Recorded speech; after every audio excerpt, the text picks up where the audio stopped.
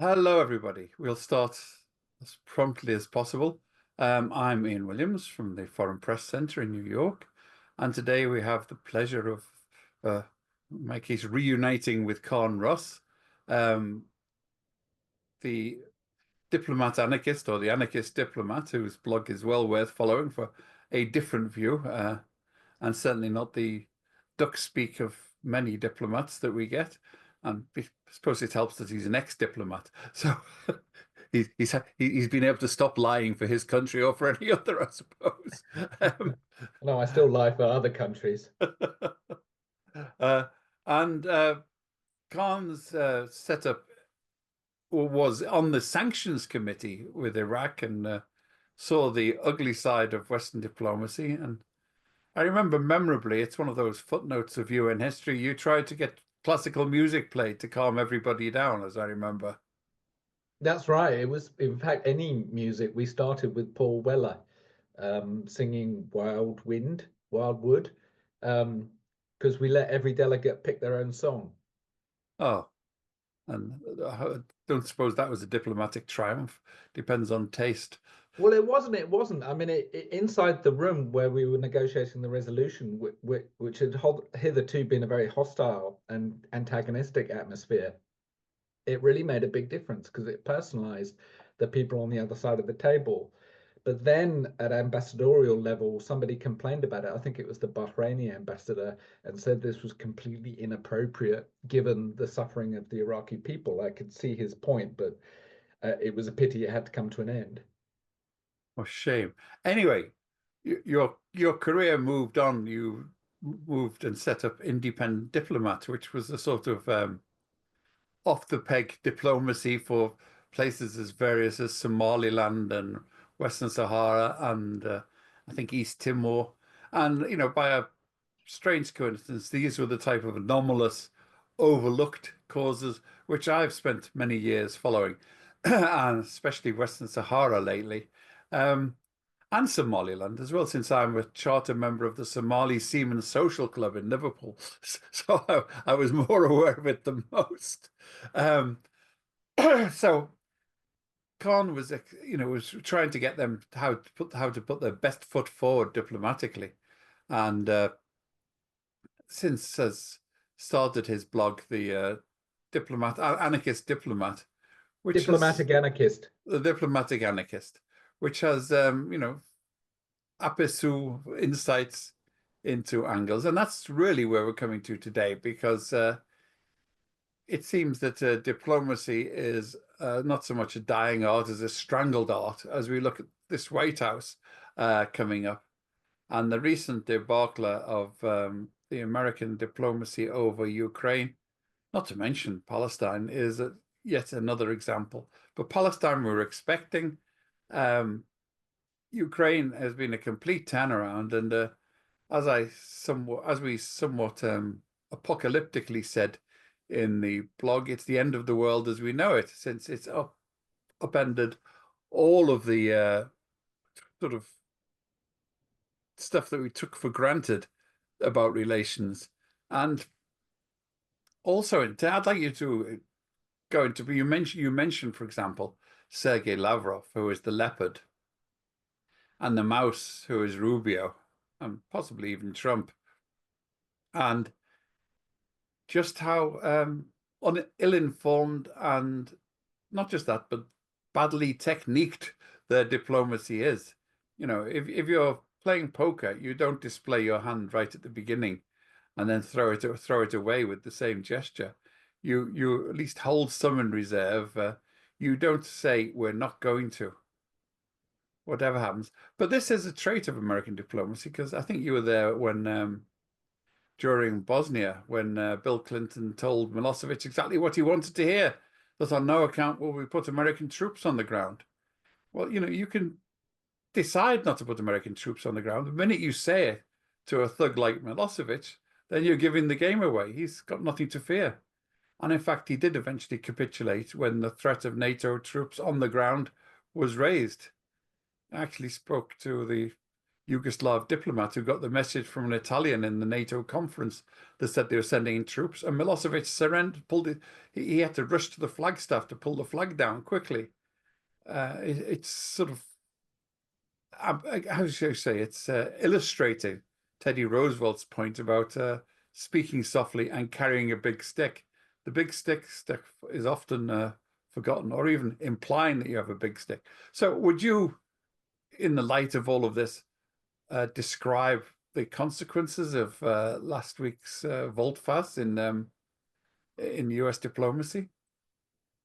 Well, of course, one of the things that Trump gave away by saying US troops would not be involved in Ukraine, even subsequent to a ceasefire, was the threat from the previous administration that if Russia used nuclear weapons, tactical nuclear weapons or whatever in Ukraine, there would be a massive conventional response, a conventional weapons response, presumably from the US. And Trump has unilaterally removed that threat. So in theory, Putin's hands would now be untied to use nuclear weapons in Ukraine, which is, not only to describe it as a negotiation concession is kind of understating its gravity.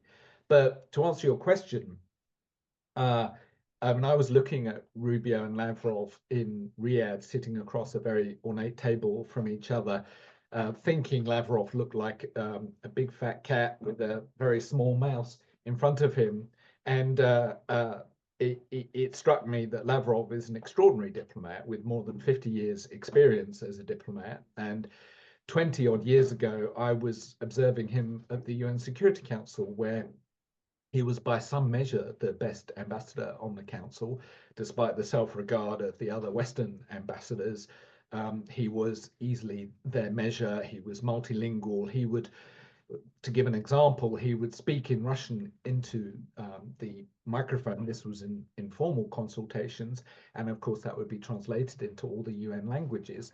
But he would listen to the English interpretation as he spoke in Russian, and sometimes he would put down, one of those rather antiquated UN earpieces and lean into his mic and say in English, perfectly fluent English, "I'm sorry, but what I just said has been misinterpreted. In fact, the existence of the residue of VX weapons does not mean the actual existence of VX itself." Or some words to that effect, or words like that, an extraordinary complicated locution, which he would then speak in English. I mean, it was truly remarkable. But as a negotiator, he was also formidable. We negotiated what was at the time the longest UN Security Council resolution in its history, and I think it may remain the longest resolution, 1284, on weapons inspections and sanctions in Iraq. And he was the master of every detail. I mean, he combined this ability to have a kind of sweeping strategic voice, but also a mastery of the minutiae of agreements. And this, of course, is what we're now seeing in the Russian play on Ukraine, because Lavrov, several steps ahead of the Americans, has already laid out various conditions that the Russians wish to be satisfied, which are probably, conditions that won't end up in any final agreement, but clearly indicate that he's understood that what has already been announced are concessions, which say, in negotiation theory, what you say is you pocketed those concessions and you come back for more. And Russia has come back for more, including saying that NATO countries cannot be part of the peacekeeping force in a post-ceasefire Ukraine, because, of course, Lavrov realizes that were the UK or France to be attacked by Russia as part of a monitoring force, then that would likely provoke a US response, even if Trump had beforehand said that there would be no US military involvement in policing a ceasefire.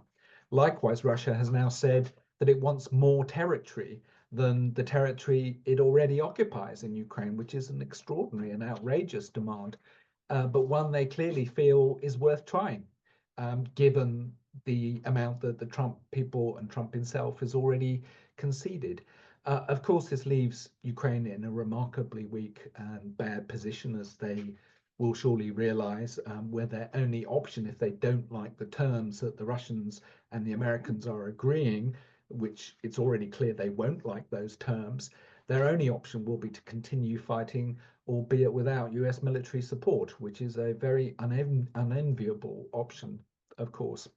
So, not only are you seeing an egregious turnaround in US policy towards Ukraine, you're also seeing a disastrous manifestation of basic negotiation technique.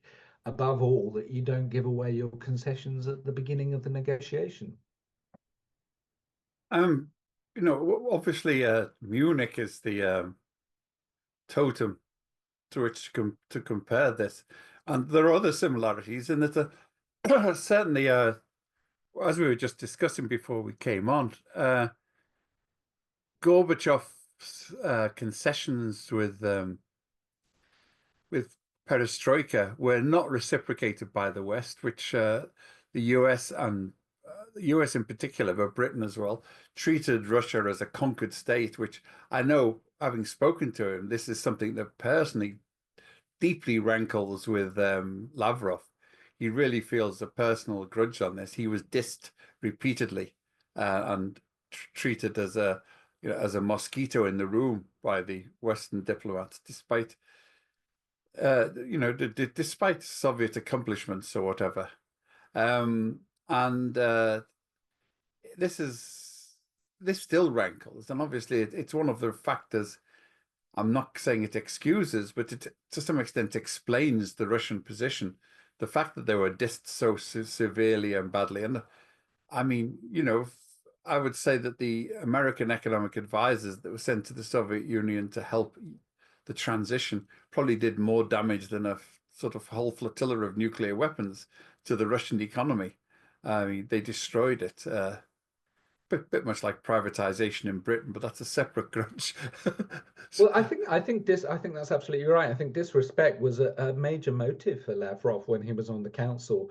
He would get most upset, most angry when there were attempts to exclude Russia from a decision or a negotiation. And he played a weak hand extremely well by ensuring that Russia was at the center of all negotiations about major global issues. Of course, as a veto-wielding P5 member, it had a lot of ability to insert itself because it could say, we're not going to agree unless you include us.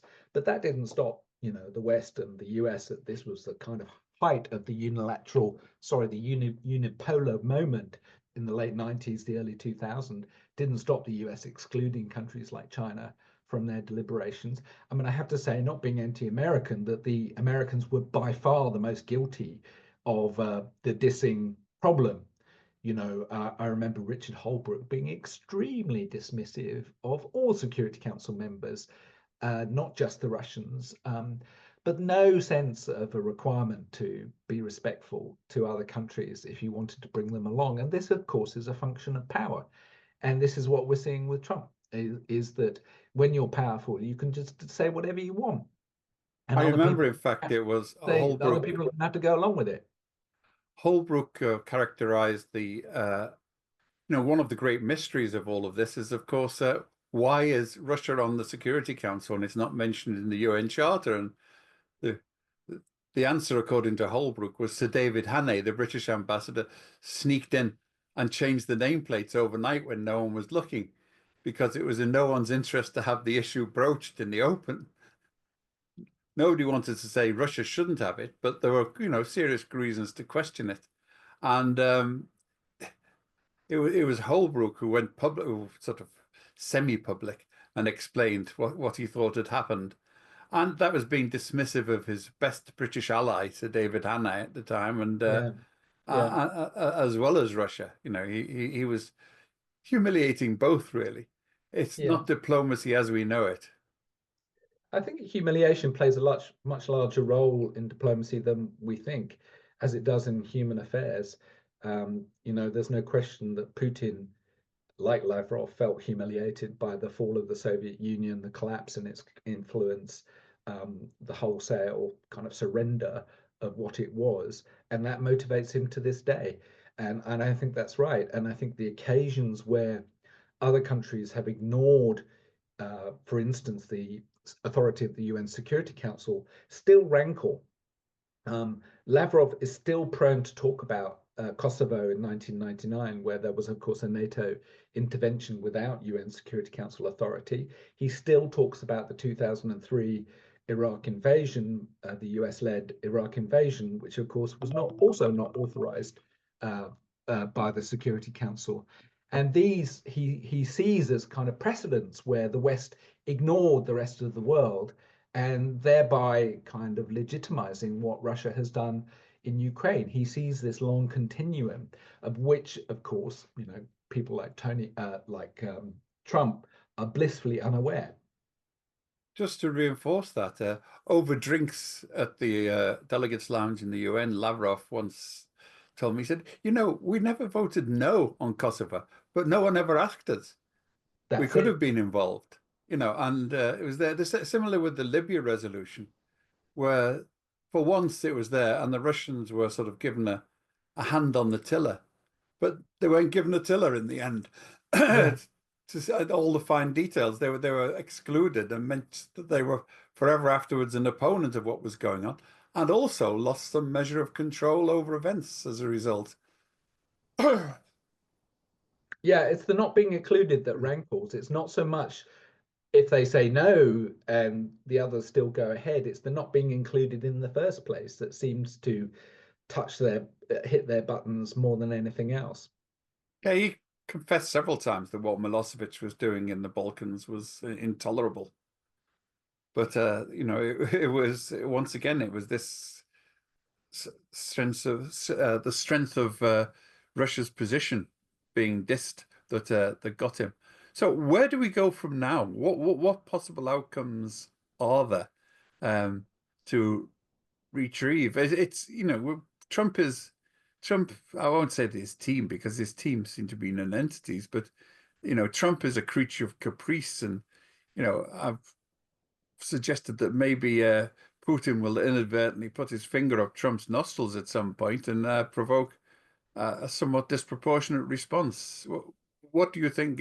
Is this a well thought out plan, or is it a caprice and whim? I mean, clearly there's elements of both in that. I mean, Trump can change what he says about a subject day as each day passes, as each hour passes, and that makes him very, very unpredictable. Well, yesterday he was acting and I never called him a dictator. He said about Zelensky. Yeah, just denies straight out lies about what he himself has said. Unfortunately, though, we have to rely on what he says because the other indicators of US policy, such as Marco Rubio, or in the case of Ukraine, Keith Kellogg, the US envoy on Ukraine, cannot be relied upon. Kellogg was excluded from the talks in Riyadh and seems to be excluded from the process. Rubio, after Riyadh, apparently then rang round US quote unquote allies who are rapidly not becoming not allies to say that what Trump had said publicly about Ukraine could not be relied upon, that in fact he meant something different in reality. And for me, what matters is ultimately not what leaders say, but what countries do. Tanks on the ground, or in the case of the UN, resolutions that they sign up to.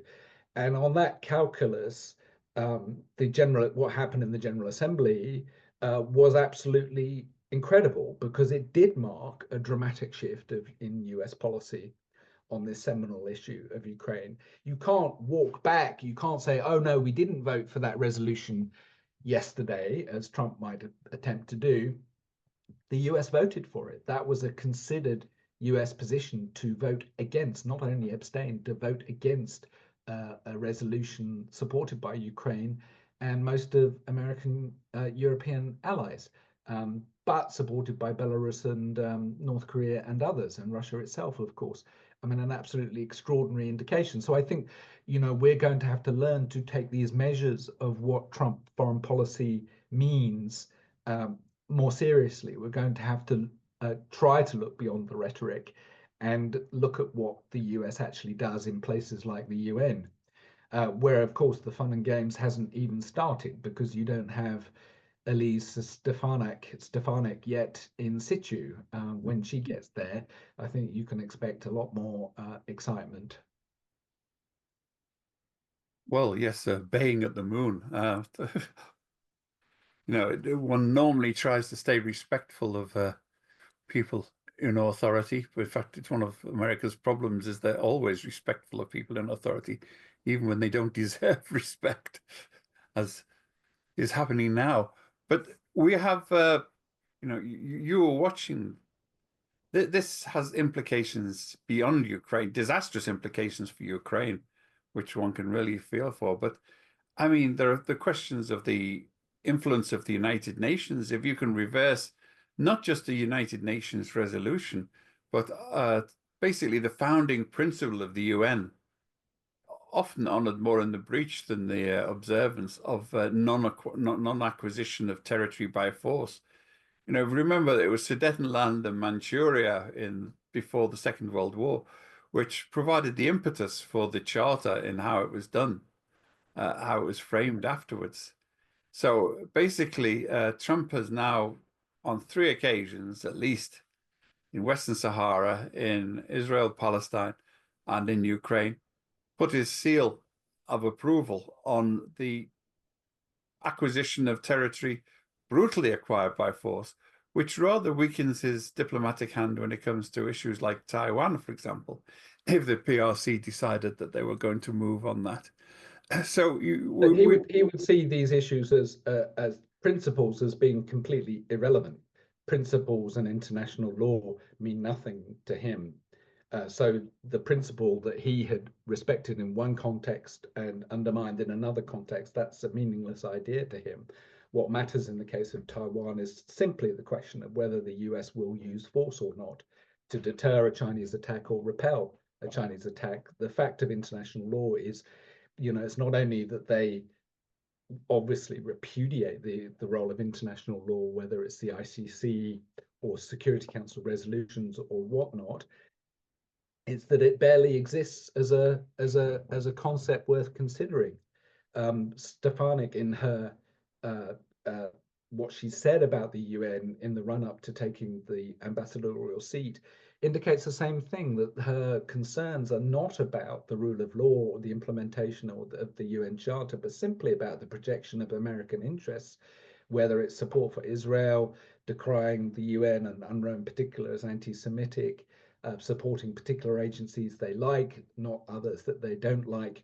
I mean, that's got nothing to do with international law. So, if you thought international law took a hit during Gaza with Biden and the Israelis basically ignoring international law, it's going to be a lot worse. I mean, international law won't even figure in Trump's conversation. So one of the other issues here, of course, is arms control. And there are, as the way I see it is that basically he has blown the whistle for the start of a nuclear arms race across the world, because if guarantees to Iraq and Taiwan, etc., aren't worth anything, then if I used to go on the campaign for nuclear disarmament demonstrations in Aldermaston more years ago than I care to remember, and I've been, staunch proponent of unilateral disarmament. But I wouldn't say that with the Britain now. I would say, no, you've got to keep on to them. I'll take Ernest Bevan's point of view. You can't send me naked to the conference table. We all see what happened to Ukraine when it gave up its nuclear weapons. So if I were Korea or Taiwan or Germany or even Turkey and other sort of third world powers, because it's now technically and financially feasible, I would be starting a crypto nuclear program soon and breach it. So the whole nuclear Armageddon will be brought closer by this is one view of looking at it. Your thoughts? Well, to be fair to Trump, I mean, that nuclear arms race started long before he got into office, particularly for his second term. I mean, it's been underway, since the Obama administration, when Obama, as some kind of political concession for something else that he got, agreed to a massive modernization program of America's nuclear arsenal, which was then matched by Russian modernization of their nuclear arsenal. And now China is clearly rapidly arming itself up with nuclear weapons in order to assert a much more global deterrent role, not just having a kind of minimal number. So that nuclear arms race is underway already. Quite how Trump might make it more dangerous. I mean, one of the extraordinary paradoxes of all of this is it may force the Brits to properly restore a truly independent nuclear deterrent, because already people are commenting in the UK that Trump's isolationism from Europe endangers Britain's nuclear deterrent, because that nuclear deterrent is essentially rented from the United States in the form of Trident missiles, where tests of British Trident submarines and launches of Trident missiles are supervised by American officers. Such is the British dependence on the Americans for this particular weapon system. And so, Britain is not an independent nuclear power at all. This is the dirty little secret of Britain's nuclear deterrent. And actually, one of the consequences of Trump may be to force Britain to have a genuinely independent deterrent. I mean, perhaps that's a footnote in history, but it's worth commenting on. Yes, well, I've read the arguments from Ernest Bevin and Attlee's government. People forget that it was a Labour government in 1945 that really made the crucial decisions that Britain should develop its nuclear weapons. And in fact, they did so because the Americans had already let them down, because the Americans took all the British nuclear research and then refused to reciprocate, which is, should have been a warning, but no one ever seems to have learned that the special relationship has been essentially a one-way one for many years, which I'm sure as a British diplomat at the UN, you probably noticed several times. Oh yeah, I knew where we took our instructions. It was no, my favorite. In fact, I was thinking it was the ambassador for Guinea-Bissau. He was on the Security Council. He was one of the best informed people there.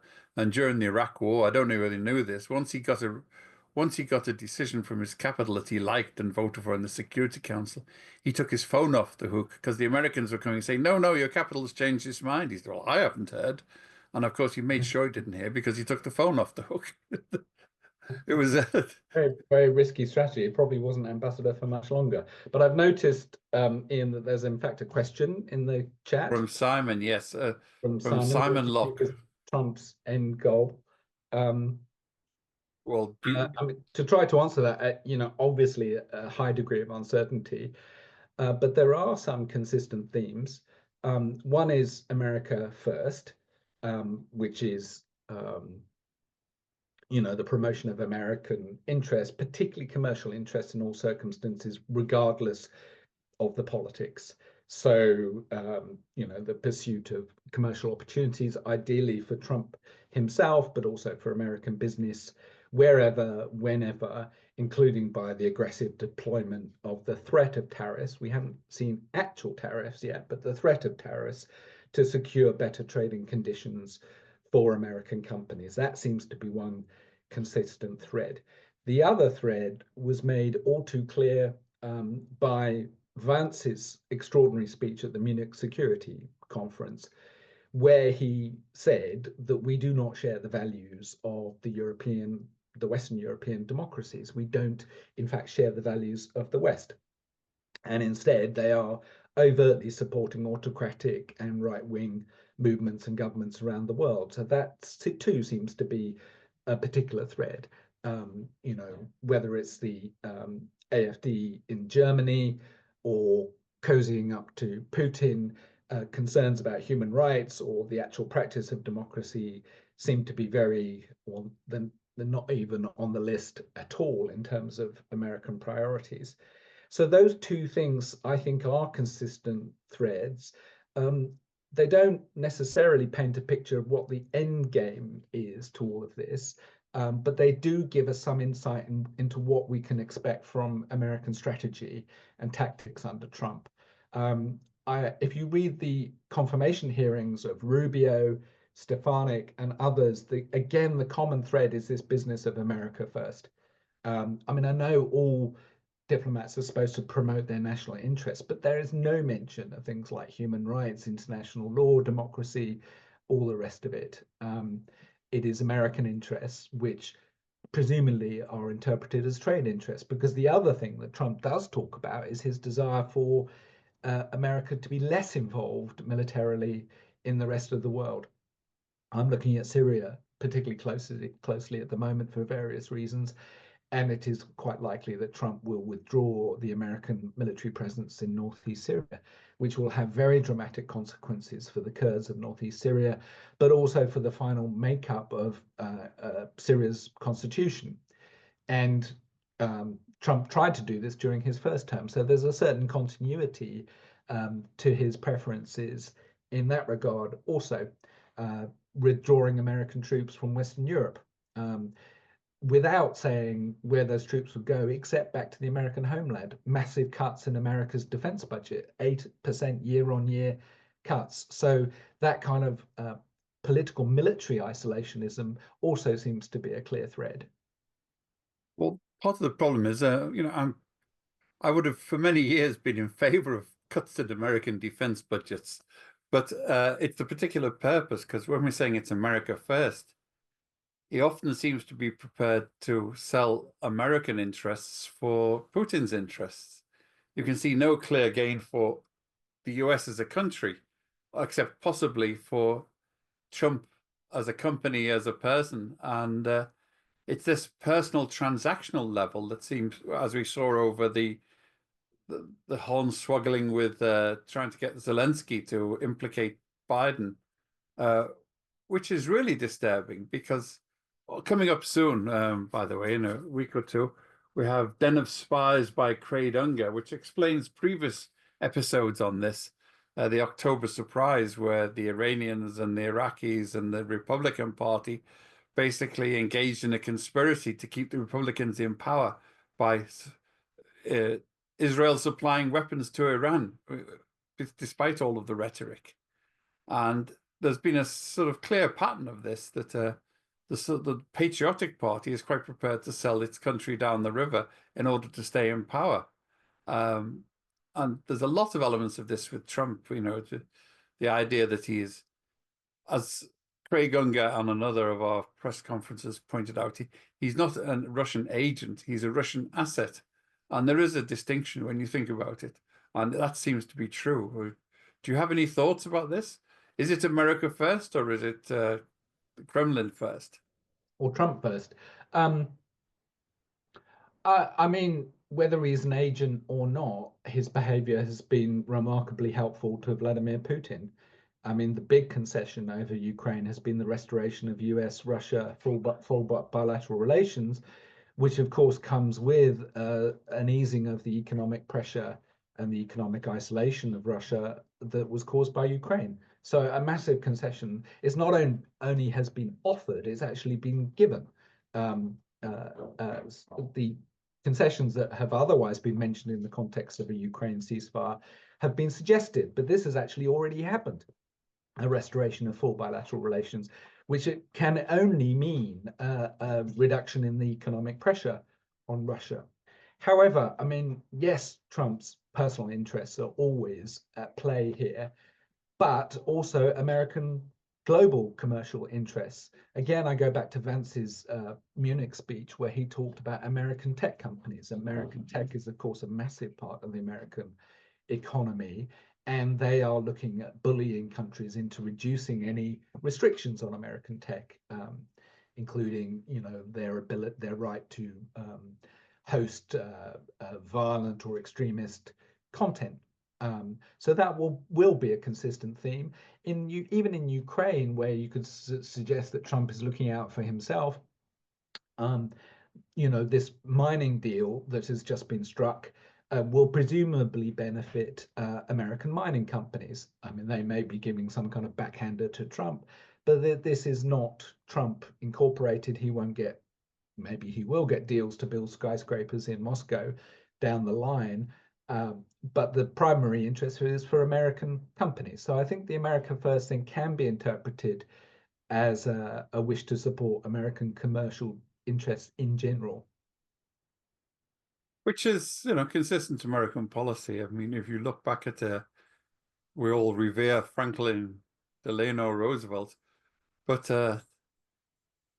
he had a consistent policy of milking the British Empire dry until they could. I think there was a famous thing he said at one of his cabinets that, well, folks, that's it. The cows run dry. We have to lend them money now because that was the end of the Lend Lease. Mhm. So, you know, we tend to look at the past through rose-colored glasses, and U.S. policy was, rightly or wrongly, to dismember the British Empire and for the US to take over. So, you know, it wasn't that different. It was a lot more subtly and sophisticatedly done, and we're prepared to make sacrifices and invoke democracy, which the current regime isn't. Yes, well, it was done under the camouflage, of course, of international rules, of the idea of an order of rules and of protecting democracy and human rights. This was always the camouflage for a much more self-interested US policy, a very cynical US policy in places like Latin America and Africa, where, of course, they supported dictatorships solely on the grounds that they're anti-communist, or they supported American commercial interests in Cuba, most famously, or other such places. So, you know, that one could always talk about this world order business with a certain degree of cynicism. Trump has thrown away that camouflage. He doesn't even pretend that America is looking to support democracy and human rights and international law around the world. He simply says we are going to stand up for American interests, whatever they were, and we don't care what our allies or anybody else thinks. I mean, one could almost applaud that as a kind of honest statement at last of what American foreign policy really is. But its manifestations in terms of breaking up the Western alliance, the Western military alliance, undermining NATO, of which Ukraine is perhaps the first and most egregious example, you know, is extraordinarily upsetting and unsettling for America's allies. But in diplomatic terms and in terms of international strategy, alienating all of your potential allies is not really a winning strategy because they mightn't be needed now, but who knows when they will. Yeah, of course, that's exactly right. Arguably, you could say that they are switching allies. They're replacing one set of allies with a new set of allies. They're replacing Western Europe with Russia. And I mean, it's not clear that Trump cares that he's alienating allies. You know, again, the sort of naked pursuit of American interest doesn't necessarily require, you know, nice Western European countries, particularly if those Western European countries are putting up trade protections against your goods, as the EU has tended to do and will do if the US imposes more tariffs. So if you measure your interests solely in that regard, then the Western Europeans are not your allies in the first place. So you don't care, and clearly he doesn't care. Do you have any sense of current US diplomats and what they feel about this? Because, you know, in the past, I have known many astute people in the State Department, American diplomats who saw what the issues were and even deplored their own country's policy. But do you see any signs of dissent like that now, or is it all pretty much like Stalin's diplomatic corps? You obey or you go to the gulag.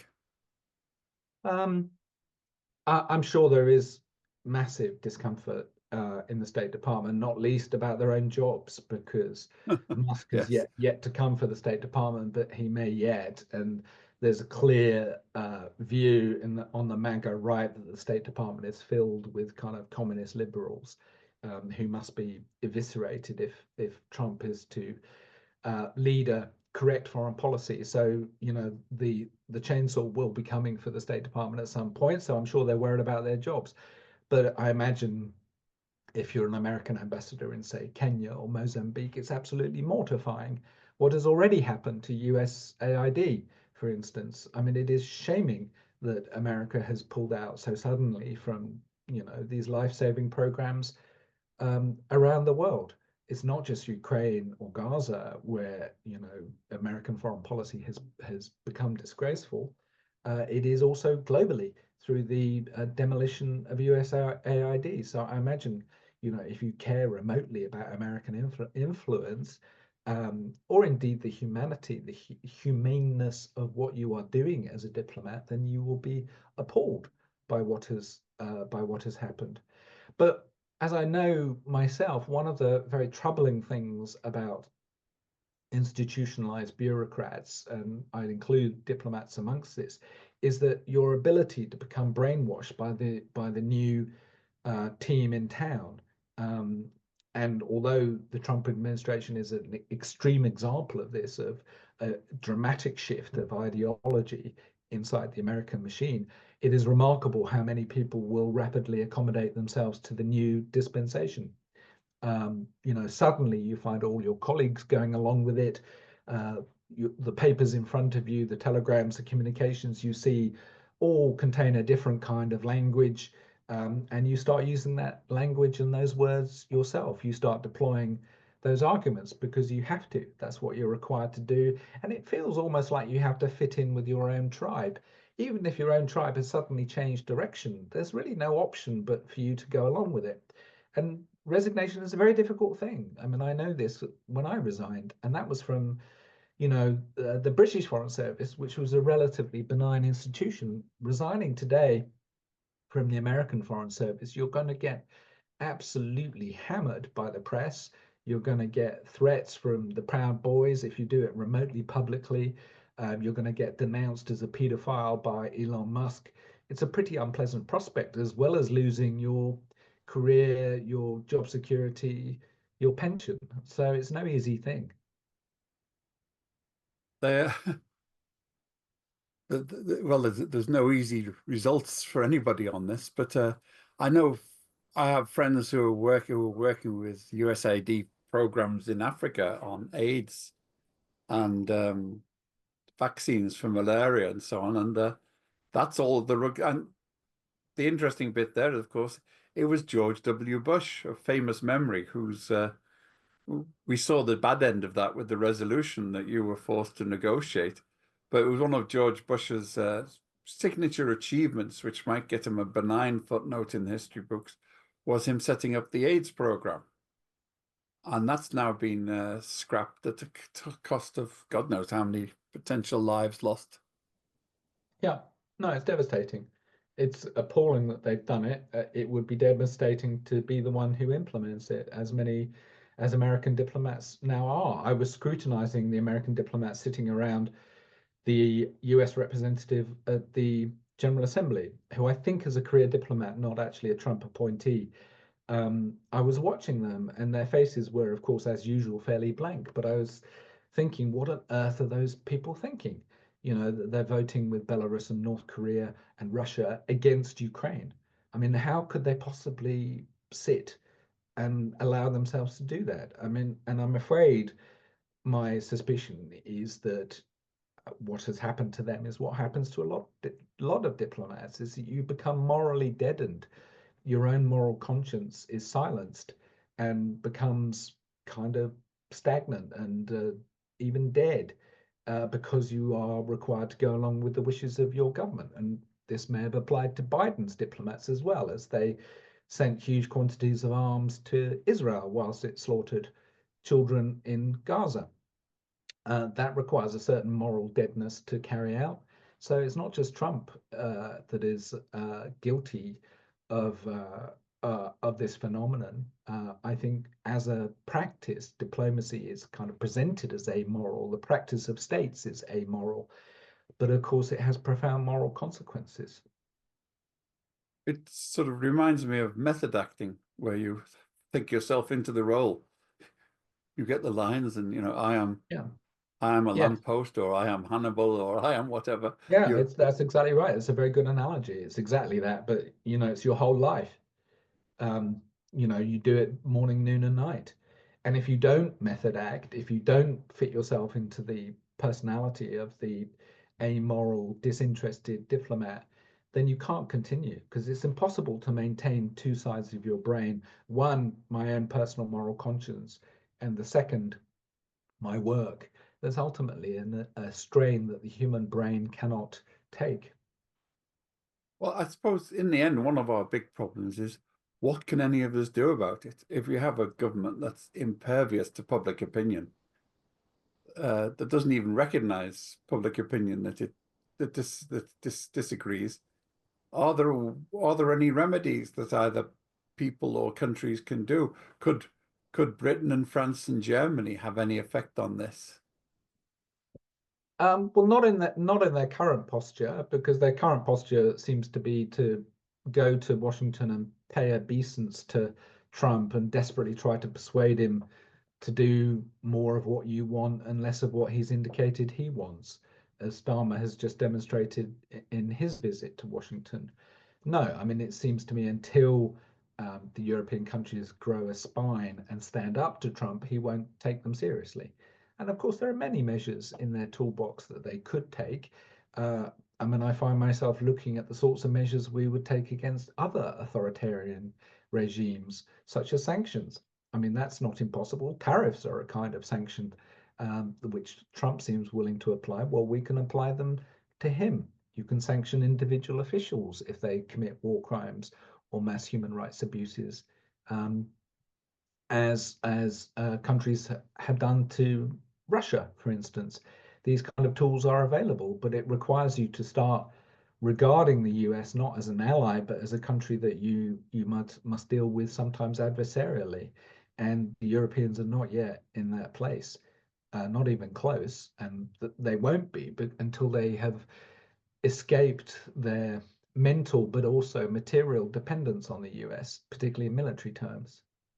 Well, you mentioned about the nuclear deterrence, and I understand that Macron's been making noises to other Europeans about how the French force de frappe could possibly be extended to cover them as well, which Yeah. is a step beyond the British nuclear so-called deterrent.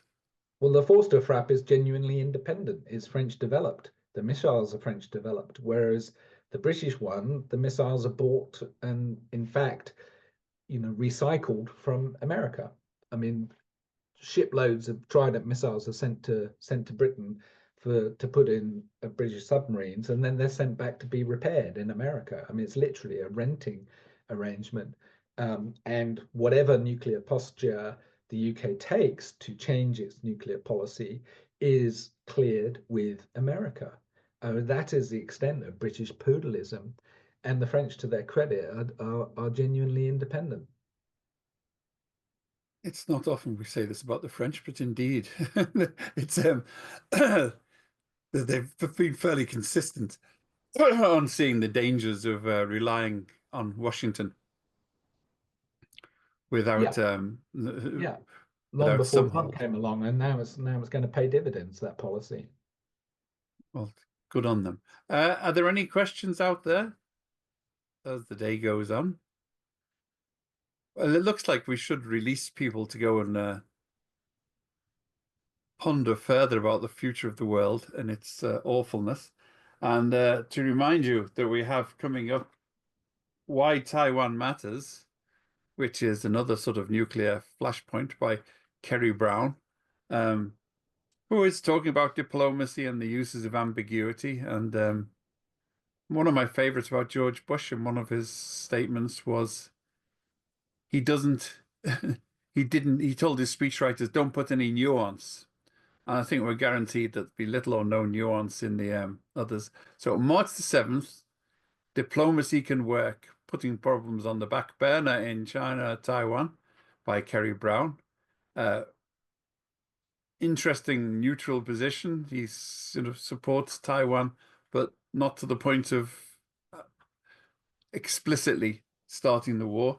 And also coming up from the voice from the bowels of the beast, we have Herbert McMaster, At War with Ourselves, My Tour of Duty in the Trump White House, which shows the rumblings in the belly of the beast with some premature signs of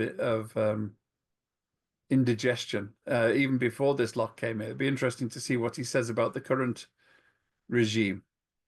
So I think everything, Craig. That's Con. That's it's been a pleasure to have you. Pleasure to talk to you again, and do let us know when you're coming to New York, and we can. If they'll let me in. That's the point. Yes, I was always surprised that they let me in. Yeah. You Google I- search me now, and I think I'm the sort of person that the Americans don't want to let in anymore, even though my children and wife are American. well, you'll be on the watch list, that's for sure. Yeah. And I had thought at one point that maybe if Trump deports me, it would be a save a lot of airfare and travel baggage costs. But on the other hand, looking at Keir Starmer's Britain, I'm not quite sure it's a place I want to be deported Oh, it's to. pretty great, I have to say. London's pretty great. And I say Okay. this as somebody who lived in New York for 17 years and enjoyed it. London's pretty good. Well, I have been back, and Liverpool always sounds attractive to me, especially on a Saturday night in the pub. But I can't drink anymore, so half of Liverpool's attraction is gone for me. Yeah. So thank Thank you you very very much for much. having me in. It's been great, and please can you give your blog details for people? Yes, you can find me on Substack, either under my name or Diplomatic Anarchist. They should both take you to my Substack, where you can subscribe for free. All the posts are free. And I won't say provocative, but let's say they're thought-provoking and not necessarily on dry diplomacy, but on more abstruse philosophy. Yes, What was your and latest one? Kropotkin. it was about Peter Kropotkin, that's right, and his Yes. relevance for today's situation. So I am an anarchist, and I apply anarchist analysis to what's going on in the world, and that takes you to interesting conclusions. Well, I'm a temperamental anarchist rather than ideological one, but I see your point. Well, thanks very much, Con. Thank you very much, everybody. Please come along to our forthcoming events and get in touch if you want to if you want to take part, and if you have any suggestions for other panels that we could run, because we're trying to present let's say alternative voices, anarchistic voices off the chart. Thanks very much, Khan. Thank you.